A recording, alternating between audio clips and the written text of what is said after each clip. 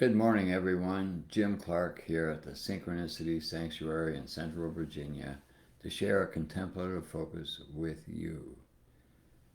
Contemplative focus is simply a tool that meditators use to create a focus on the authenticity that is emerging in their experience, to validate the truth of who they are and what life is. By putting a focus on such things, we help to create the truth of who we are in our awareness. This is the old adage that what you focus upon, you become. So why choose anything less? So the focus that we want to choose to focus upon today is Vesica Piscis, the womb of oneness. The Vesica Piscis is a symbol that is formed when one circle intersects another circle in its center, forming a two-pointed oval. This is an ancient symbol that has illustrated the concept and the experience of universe where manifestation occurs, where universal consciousness meets individuated consciousness. It points to the creation game that we are all part of in the human experience here, that we have our individual selves on the one hand, and yet we have the emerging experience or presence of consciousness itself as the fundamental truth of who we all are, of what all of this is. So there is no separation. Consciousness, or whatever you want to call consciousness, is here in form, pretending to be what it is not. So the creation game of trying to be who we are not is a game that helps consciousness to fulfill its primary intention, to fully be itself. And to fully be itself, it must fully experience itself. And to experience itself, it must create a relative field of reality, which we're all in. And it is in this field that we have the individuated forms of consciousness. The Vesica Piscis, the womb of oneness, are also known as the creatrix, the divine mother, who's creating all of this and is all of this. Yet there is no separation. So it's just another facet, if you will, or another way of seeing and or experiencing the truth of who we are. We are created as an individual human being, and yet the human experience is a temporary experience for each and every one of us, but we are not temporary. So we are, you might say, we are the event of a human being, here to grow our awareness and to gradually bring ourselves from an unconscious state of who we are to realization of who we truly are. And this is the process of fulfilling the primary intention in consciousness. In that experience, you as an individual are actualizing the fulfillment of that intention, and that is how the game works. Billions of individuated forms of human consciousness are on the planet now, and every time someone wakes up, that aha moment, that celebratory, beautiful moment of awakening, creates the fulfillment of that intention, and it's happening all the time, but you don't read about it in the newspapers. So the game external goes on, where there is conflict, where there is upheaval, where there is constant change, and then there's the truth behind that game, the fulfillment of consciousness and its intention to fully be itself. But without creating the relative field of reality, there is no experience. We don't really know what that means, but that without having the contrast of positive and negative polarities, There is nothing you have to create a experience, as we say.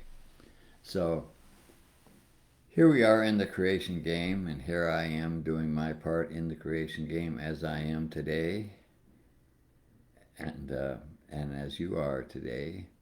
And remember, not too long ago, we did a contemplation called "It Is as It Is, So What," and what that was pointing to was the perfect orchestration of this show. No matter what you think, no matter how you may see a moment in your life or the moment in the life of those in your family and so forth, everything is going on exactly the way it's supposed to be going. Consciousness is orchestrating the show. We are consciousness, so this is our creation. What people don't get, what happens when you are unaware of the truth of who you are before you reach a point in your own evolution, to realize this is that there's immense power in you, and you create your reality through that power. That's how consciousness is orchestrating the show. It's not something out there. It's not like there's a puppet master making us do something. It's that we are doing what we're here to do. And we can do that because we have the power to do that. And through our awareness and through our evolutionary process, we gradually grow our awareness and become more and more aware of ourselves and the power that we are. And in that, we become more and more conscious and more responsible for our creation. So we move away from being a victim of the world that we find ourselves in to a player, a conscious player in this whole process, in the whole game. And there, in that, we focus upon love, we focus upon forgiveness, we focus upon all the positive aspects that help to engender and increase our own state of being, and our own awareness of all and everyone as the same source consciousness that we are. There's no separation, and there's no one out there to compete with. There's no one out there to endanger us, in other words, because life does not end. Death is an illusion. Death is the end of a cycle of a body that was created for the purpose of an individuated consciousness to have a certain experience. And when that experience has reached its end, the body goes, but life goes on, and on to the next experience that it needs to have. So really, it's like we're living in a heaven. We're living in eternity right now. But as human beings, when we're identified with the body, when we're identified with the form that is created out of consciousness to create an individuated experience, then all these things take on a reality, and death is something to be feared, and fear rules our lives when we are totally identified with the body, with the temporary nature, seemingly temporary nature of everything, because change is a constant. Things come into existence, things go out of existence constantly. We have the seasons where nature seems to go into a deep sleep, and we have the spring where everything comes back to life, and there's all kinds of dramatic events in the earth that create what we call catastrophes, where there's earthquakes and typhoons and all kinds of things like that. And we have climate change now, and we have all this stuff that we create as some big event, something huge that's threatening us, where in fact everything is orchestrated by source consciousness, and it is not there to do something to us. It's there to help emphasize and create another level of the game, to where you might say the level of fear and the level of fragmentation increases. And as that increases, for those who are still not quite aware yet, it's a driving force that helps to move people into that longing, into that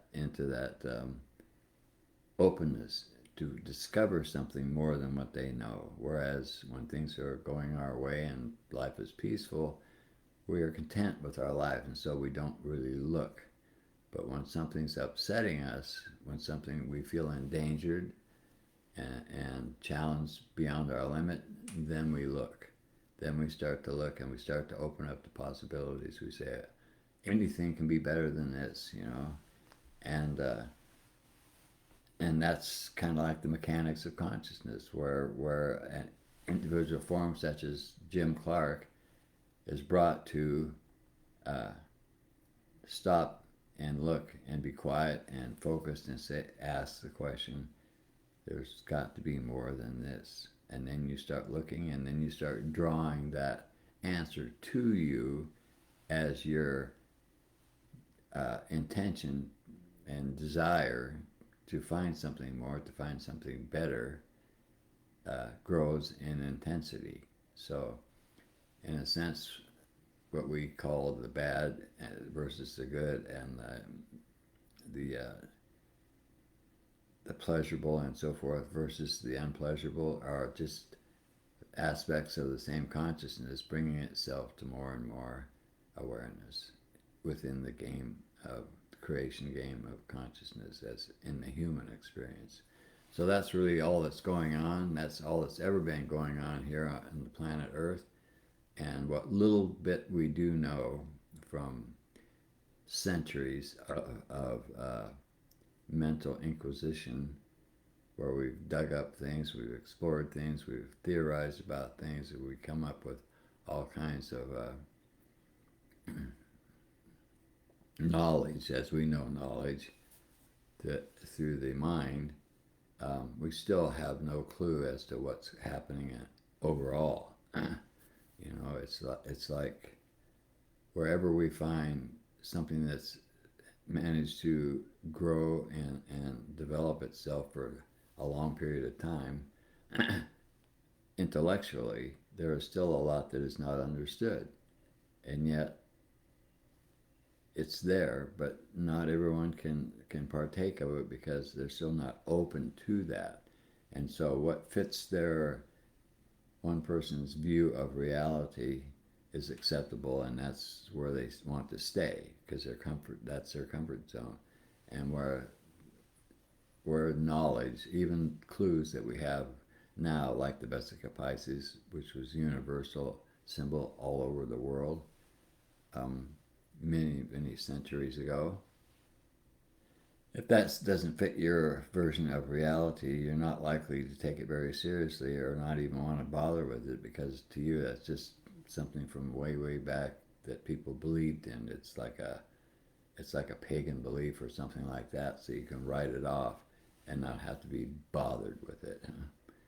But we are bothered with reality because we are that reality, and deep within every human being there is that primary intention in consciousness to fully be itself. So no matter how much we fight to remain identified with something that is comfortable for us, life will go on and move you into situations and circumstances where that's not so.